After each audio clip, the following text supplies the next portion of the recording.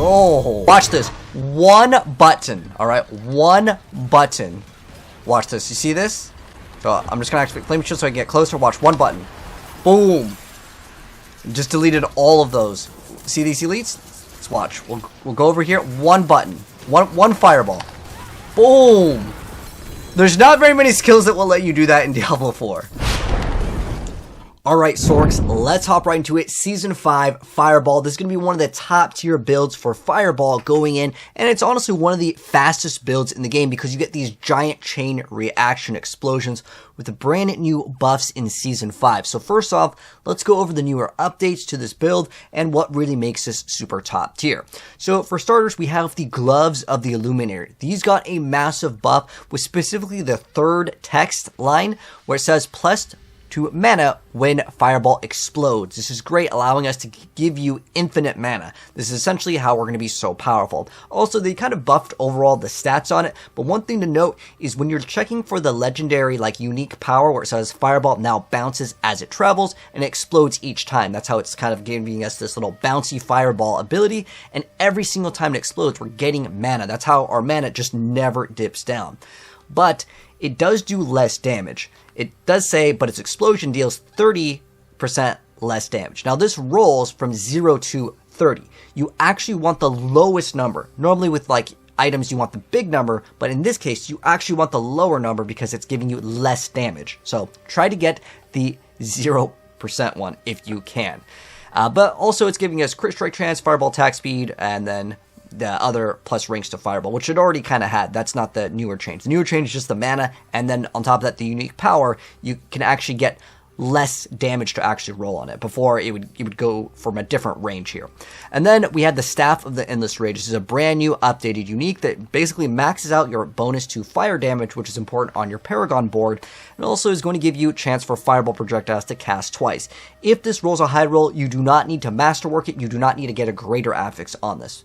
But if you get a greater affix, obviously you're good to go. You don't even need to like put any like ranks into it. But that is the most important roll realistically because it's just chance for basically double damage. But it's relatively easy to get this to roll relatively well as it's a very common unique. But the reason why it's not so bad is because if you just masterwork like once on it, you should be good. Like the range isn't super far, but if you do masterwork a low roll one, it will be okay. But if it's already perfectly rolled, you just go to 12 out of 12. You don't need to actually hit masterworking on it. That's very important. Then it gives you projectile speed, which is new, but it doesn't really matter. And then it gives you int. Overall, the stats are just much better, but the special power is going to be every third cast of it, it's going to launch 2 additional projectiles that deal even more damage. So you'll see like on my skill bar where it says 1, 2, and then the third one's going to give you that giant explosion. But even in the intro clip, you could just spam your regular one. So to explain certain things in this build that are very important, what's causing these chain reactions, because I was getting this asked quite frequently while I was live streaming and getting this build up and running, is how is everything just exploding? Is that like a legendary power? No, it's actually just the enchantment. So with the Fireball enchantment, when you kill an enemy, they're going to explode in a fireball that deals 50% of its damage. So what this allows you to do is not require any lucky hit. There's no RNG with this. Every single time you kill basically the trash monster, it's going to explode, which can then deal damage to the elite, which then can kill the elite and then cause another explosion. And we get kind of these domino effects. In Season 5, getting some giant AoE is really key in getting a lot of the Aether when you're doing the new endgame mechanic, the Infernal Hordes. So this is why this build is super top tier for this piece of content. And then for the other enhancement, we are playing Firebolt because it's going to apply a burn. The burn will then allow us to hit burning targets, which gives us extra crit, extra other bonuses. So it's really good for that. But let's go over the skills now that we kind of went over like the main important new updates for the build. So for starters, as far as our skills go, in our first slot, we're running Ice Armor. We just activate it just for defensive purposes. Really good stuff indeed. And then we are running Fireball. That's what we spam to deal damage. And then we run Flame Shield, another defensive skill to break crowd control, as well as activate our Fire on Talrashas. And then we have Frost Nova over here just to freeze things. If you want to put more points into it to apply vulnerability, that is another option. But it's just kind of an extra skill here. This is a very flexible skill. Play whatever you want in here. Then if you want to proc Talrashas, you need some cold skill. It does not work with specifically the Frost Nova, so Ice Blades will be something that will actually apply it. It also technically applies vulnerability. But I would rather rely on like some sort of like chance to apply vulnerability on, let's say, our amulet or our rings, and then we run teleport for mobility. So that's it for these skills.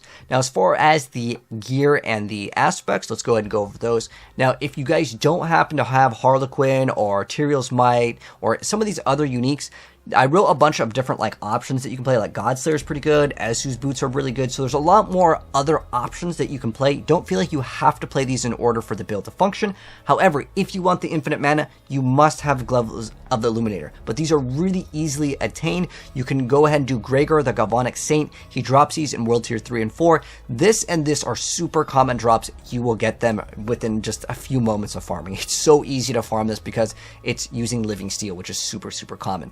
So that's where you get these two unique items. As far as the helmet, obviously Harlequin, but if you don't have it, check what I've put in the roles here. So like cooldown reduction, maximum life, armor, you can also get intelligence. I wrote a bunch of other things in like the notes here, but again, this would be for, of course, the best build, so I'm going to give you guys the best suggestions here. So Harlequin is really good. Next up, Tyrael's is really good. It gives us movement speed, which could be great for Ezu's, but it's that maximum resistance to all elements plus that damage reduction that you get that makes this so dang powerful. Especially since if you can get this to be greater affix, masterwork, man, that number will go up. That's a really good stat, and it basically res caps you. It's pretty easy to res cap on the Sorc. Sometimes you may be like one shy, so you might need to get like a resistance to all elements if you don't run Tyrael's or the Rakanoths. It depends on kind of, you know, how things roll for your character. But pretty much if you get int in most of your slots, you may not even need to get resistance as a roll. Then we have Gloves of the Illuminator. We already went over that. But if you don't have it, Fireball, ranks, crit strike chance, attack speed, those are all great. And then for a lot of the offensive like rolls, we're looking for Pyromancy critical strike damage. That's what we're trying to go for. That can also be in the amulet here. But there's a lot of flexible things here in the amulet, so I kind of left that open, and I'll talk about that. But in the pants category, we're just looking for Everliving just for some damage reduction. There's also an ice armor one that gives you damage reduction, but max life, you can get dodge, and all those are good. And then for the special like utility, you can get like chance to freeze. And then if you really wanted to, you could play control as one of the glyphs if you just throw on the chance to freeze in other areas. Rakanoth's Wake, these are really good because they roll with non-physical damage as well as cooldown reduction. Cooldown reduction, one of the most important stats on the Sorceress. So yeah, you want that. If you don't happen to have it, Ezu boots are great. You can just run a regular pair of boots with all the stuff that I mentioned before. Totally a-okay. And then of course the Staff of the Endless Rage, which is the new weapon, and it's going to be two-handed, so no offhand here. And then we're going to be running Aspect of the Three Curses. So this area over here, you need to apply vulnerability somehow in your build. I don't feel like Ice Blades and Frost Nova are enough. There's too many targets simply, especially if you're playing in the new endgame content, to not have some sort of source of consistent vulnerability. So I really like putting this in the amulet. The reason why is your ring slots are kind of full. You definitely want to run Tal Rashes if you can fit it in. And then also you want to run Ring of the Starless Skies. This is like just like the best thing in the entire game now. So this is like a really good combo for the Sorc, but you do need to get, and ideally you would want to try to get that to be greater affix. If you can get ranks to Devouring Blaze, that's great, but if not, that's totally up to you. But like I mentioned before, there's a bunch of different options on the tempering area. So as far as like the offensive, you can get Pyro. Pyro attack speed's fine. You can also get crit strike damage. Crit strike damage is great, and then if you want even more defenses, you can go for life, or you can go for ice armor, duration. There's kind of a lot of options. Ice armor duration is new, so I guess recommend that just to try it out. I really like getting ice armor duration because it gives you some extra bonuses while it's up, but it's up to you. There's a lot of flexibility in the tempers for this build as far as like the defensive ones, but you know, getting maximum life is all good. But there are a couple of newer ones in the season, so check them out. They're all pretty much viable for the most part. There's not like oh, you have to run this one. There's kind of flexibility. Maybe you didn't get like good roll in life here, so you want to get life in your amulet. That's cool. But ideally though, that's in the temper, not the actual roll. You definitely want to get critical strike chance and that lucky hit chance to make enemies vulnerable. Those are the two key important stats. If you can get ranks to Devouring Blaze, great, but like good luck getting any of those. Like any of the rolls on passives on amulets, it's a nightmare to roll. And then obviously Tal Rasha's ring, because it's a Sorc build. Every Sorc build kind of needs it for the most part. However, this one in particular, you can drop this for a ring with a Cursed Touch if you don't have it. if you don't happen to have like that lucky hit chance on a good amulet. You can actually run that for a temporary fix because this actually did receive a buff. Also, it gives you non-physical damage, which will really help out with Frigid Fate, getting those higher rolls on that, ideally getting greater affix on either your Tal Rasha Ring or the Raknos boots on the non-physical damage will let you cap out on your stuff without even trying to hit any of the like bonus to cold damage because we're fire damage, right? So those are going to be really, really key here. And then as far as the gems go, Emerald, Ruby, Skulls, all around Skulls because we don't really need resistances here. This basically res caps us. This also can res cap us. If you really wanted to swap the chest armor, it is technically kind of optional. It's just that maximum resistance is absolutely god tier. Once you start masterworking it, there's nothing else that's going to give you that amount of damage reduction. It's just too hard to compete with. Plus, it default rolls with 20%. Very hard to compete with without some sort of like, oh, when your enemy is affected by whatever. So it's hard to really replace Tyrell's Might. Pretty much in Season 5, this is like the new, everyone plays it, you know. But anyways, now that we went over that, let's go ahead and now go over the skill tree. So the skill tree is a little bit flexible. Again, check the notes if you want to swap things in and out. But we are considering Harlequin equipped, so if you need to take out points in some areas, I'll kind of mention it. So for starters, let's go ahead and make this a little bit bigger. So we are going to be playing with Firebolt. We need this for the enchant, but we don't even need to equip the skill. We just spam Firebolt. We have infinite mana. We're going to Destructive Fireball. Then we're also getting Devastation. You don't have to put 3 points into here. It's just like nice. It's extra. You won't really have any resource problems. And then we're also running Elemental Dominance. It's just because we have extra points. You can put points into Potent Warding if you want to. Again, these, you can drop 2 points out of this if you want to. And then we are running Teleport. If you want to put more ranks into Teleport for more cooldown reduction, that's totally fine. And then we're getting Shimmering Teleport for even more damage reduction. Also getting Elemental Attunement. And then we are also getting Glass Cannon. So Glass Cannon, very, very strong. You can also get this on the amulet, but it is a double-edged sword. You will take more damage. And then this 1 point into this is really good, just lets you refresh. And then I really like 5 points into Ice Armor. This did get a nerf, so it's much better to put some extra points into it so you get extra absorption. Plus it also gives you extra mana regen, which is nice earlier on. And then on top of that, Shimmering Ice Armor is great, which will give us extra cooldown reduction by spending more mana. And we basically have infinite mana.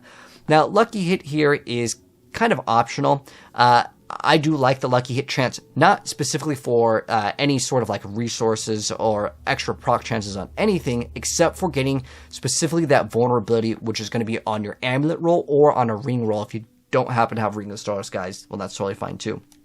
So that's really good. And then one on the elements, but again, you can put more points in this one's optional. And then we got Mana Shield and Protection. You want to max these both out. These are just great things to have. And then we're maxing out all of the fire passives over here. So we're getting Immobilize. We're getting additional crit strike damage against burning enemies. And then we've got Inner Flames for more damage. And then over here, we can get extra mana regen. You don't really need this, but earlier on, sometimes it can be nice because you don't happen to have like the resource cost reduction. Maybe you don't happen to have Starless Skies. Again, this is an area where you can drop some points. And then Soulfire makes it so we're going to deal more damage. And then this is one thing that you cannot skip out on. Warmth is so incredibly good. It just makes you not have to pop potions at all. I really, really love this. They did buff it.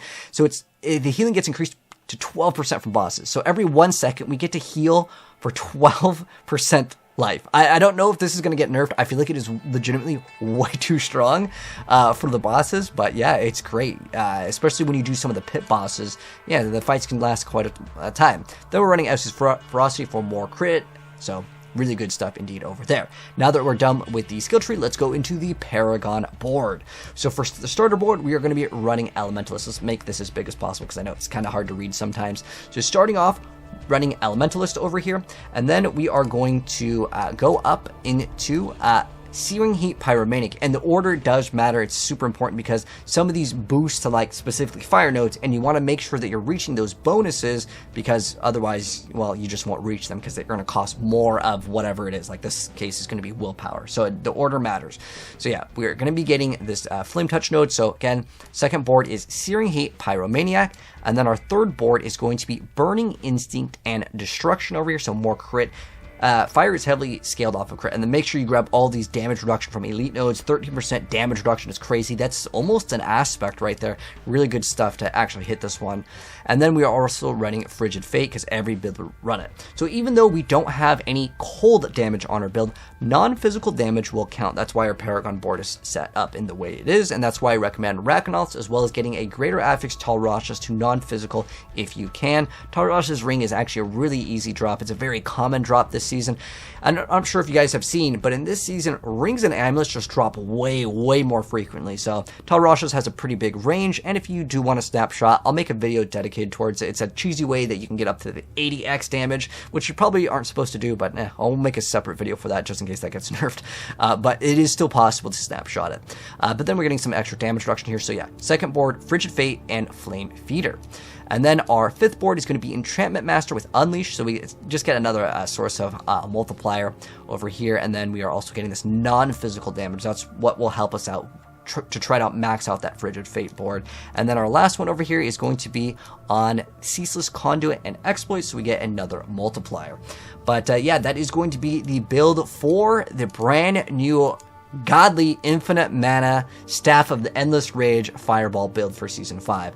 Let me know, guys, what you think of it. If you played it, I think it's probably one of my favorite builds right now, and the reason why is because other builds, what I've noticed, because the density is so high in the Infernal Hordes mode, the Fireball doesn't have a max amount on target. It's going to hit every single thing that it passes through, and like I've been playing like Barrage Rogue, and like even though that thing has so much AoE, there's just not enough AoE when like 50 monsters rain down. When one pops, the other one pops, and it just causes a chain reaction, and it is so satisfying. So play it out, guys. Let me know what you think of it. Have some fun with it. And yeah, the new infinite mana Fireball build is very fun, and it's actually quite powerful. But that's going to wrap things up. If you guys enjoyed the video, drop a like on it. If you're new here and you want to see an update to this build or other Sorc builds, as we're cooking up some more stuff here, we'll be dropping the best lightning build next as, well, the Axial Conduit is pretty good, but I had to go with this one first. But anyways, take care, and I'll catch you guys on the next video.